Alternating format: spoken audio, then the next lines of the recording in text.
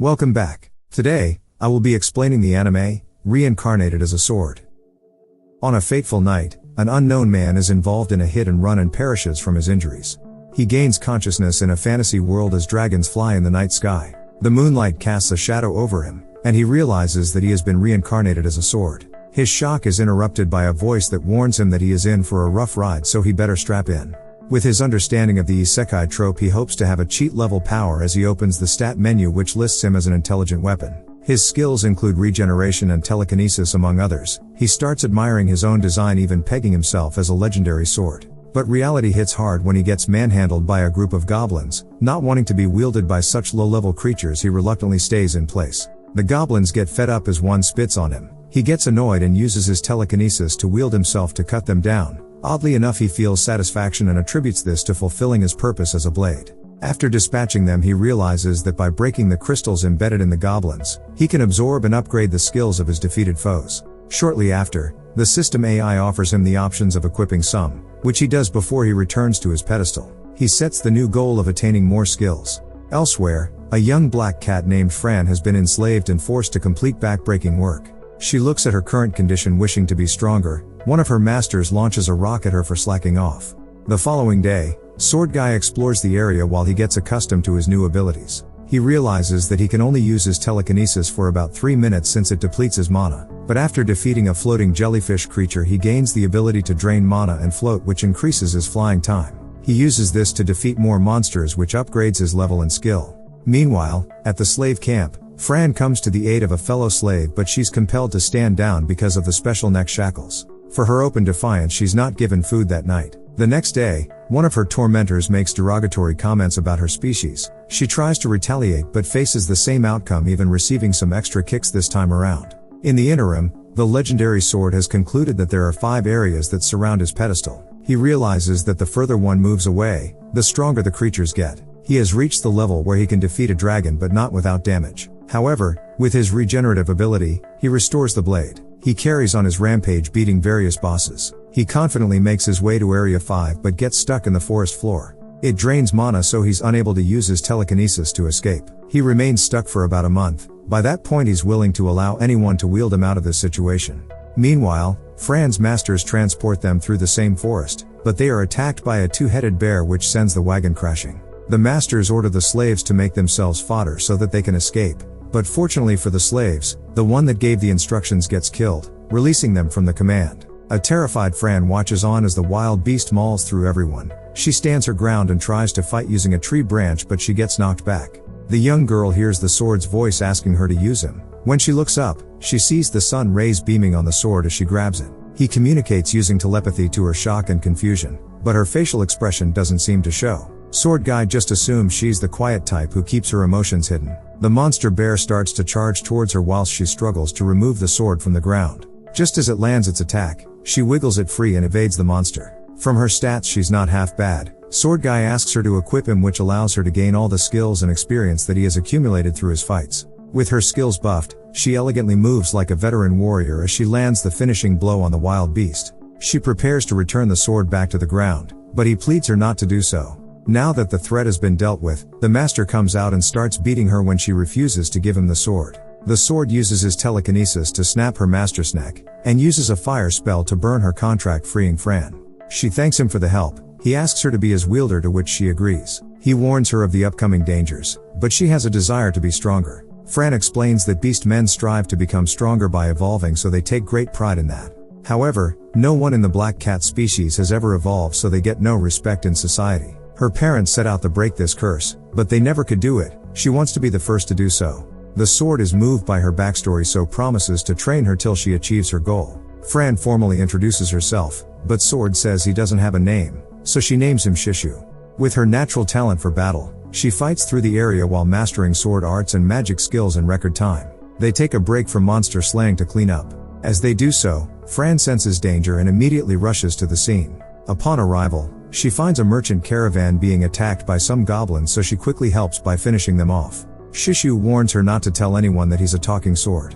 Randall, the caravan guard, offers to give her a ride to the city of Alessa as a show of gratitude, but they figure out that the real motive is to have Fran guard the carriage. She calls him out on it, which he confesses to. But Fran joins them anyway since it is a win-win arrangement. As they travel, Randall comments about the uneasiness of all the monsters in the Great Wolf Plain in the last month. He concludes it's due to a turf war between powerful monsters. This has pushed the weaker ones such as goblins closer to the busy roads, hence the increase in attacks. Shishu connects the dots, realizing that his monster slaying caused this issue. Randall is taken aback by Fran's skills when dealing with the goblins even though they are only G-rank threats. He guesses that she's an E-rank adventurer, which confuses her. He explains that each monster has a threat rank, with G being the weakest and S the strongest. To mirror this, there are people who take on requests to hunt these monsters known as adventurers. They too are ranked from G to S depending on their skills. She gets inspired, so Randall alerts the young girl that she must register at the Adventurers Guild if she wants to become one. The guild also appraises and buys materials obtained from slain monsters, so it is a good way to earn money. The merchant overhears their conversation and is doubtful that a weak black cat can make it as an adventurer. Meanwhile, in a cave somewhere, the goblins are up to no good as the mage from their ranks summons some high-level members. The following day, the merchant caravan arrives safely at the city of Alessa. Fran is mesmerized by the sights and sounds as she has never been in a city before. Shishu notices that most of the adventurers have weapons with higher attack power than him, which hurts his ego a bit since he thought that he was super rare.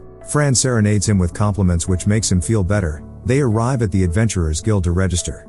Nell, the receptionist, is surprised that a child wants such a dangerous occupation. She alerts Fran that she must fight one of their examiners in a mock battle to test her skills. The receptionist warns her that she could get hurt, and if that does happen, the guild is not responsible for the medical bill. Fran agrees to the terms and conditions. Nell was hoping that it would have deterred the child, so assumes she will have learned the hard way. She escorts her to the testing ground where Donadron waits. He tries to scare her with his intense intimidation, but Fran is not fazed. After looking at his stats, Shishu warns her of his power. Nell signals the start of the battle. Fran evades his initial attacks while also using her sword to weaken some of the blows. Shishu casts a support spell that buffs her attack power, allowing her to clash evenly with him. She uses earth magic to hold Donadron in place while Shishu attacks with a fire spell. Nell can't believe she has the ability to cast several high-level spells without speaking them aloud. Fran ends the fight with Dragon Fang, which sends the examiner flying. The receptionist has never even seen high-rank adventurers perform such feats. Donadron's hand emerges from the rubble, giving her the pass with a thumbs up.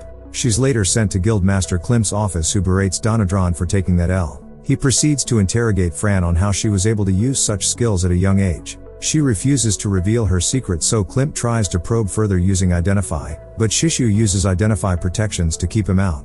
The Guildmaster doesn't sense any malicious intent coming from Fran, so he accepts her. She's then taken to have her mana signature read to determine her class. Fran decides to be Spellsword.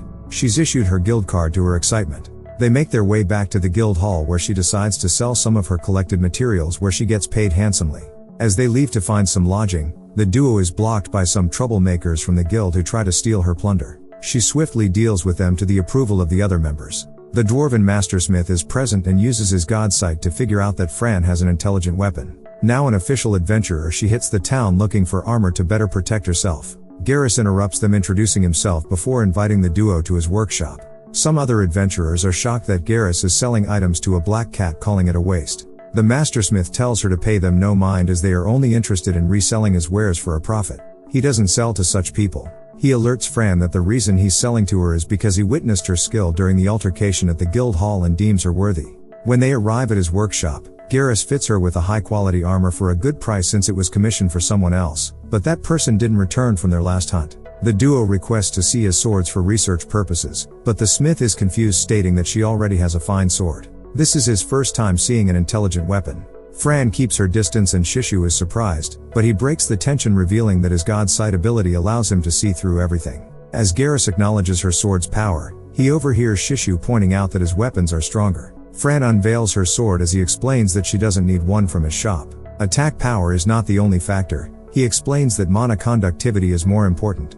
The smith demonstrates by asking her to imbue 100 mana in her sword before hitting a weapon with higher attack stats. She breaks it easily. Shishu has level A mana conductivity, which means any mana imbued into the weapon is boosted by 200%. This is added to the base attack stat. He estimates that she can imbue up to 1000 mana into her blade. This would add an extra 2000 points to Shishu's base attack. As a blacksmith, Garrus is interested to know who created Shishu, but he's unable to answer. He admits that creating a self-conscious sword is even beyond him. Shishu must have been forged by a divine blacksmith. These are individuals capable of creating extraordinary weapons that are force of nature in their own right. There has only been 5 confirmed in history.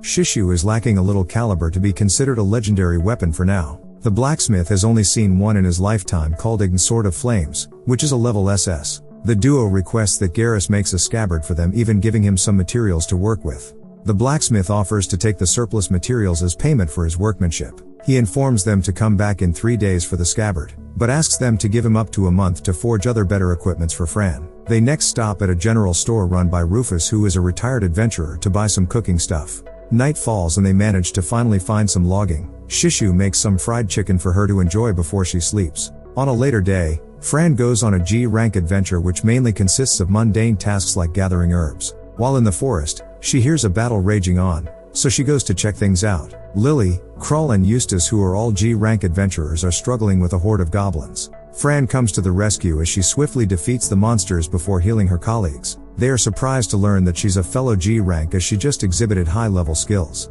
Judging by the high-level goblins in that attack group, the adventurers suspects that a goblin stampede is about to occur. This is when high-level goblins attack human territories. As they discuss, they are interrupted when more hobgoblins start to show up. The group of adventurers decide to report the situation to the guild. Fran decides to stay back in order to destroy the goblins' den. She starts off strong, dispatching them quickly, but their numbers begin to increase while they also decide to coordinate their attacks. She begins to get a little overwhelmed, but with the conviction in her eyes she stands her ground, ready to deal with the next wave. This brings the episode to an end. Stay tuned for part 2.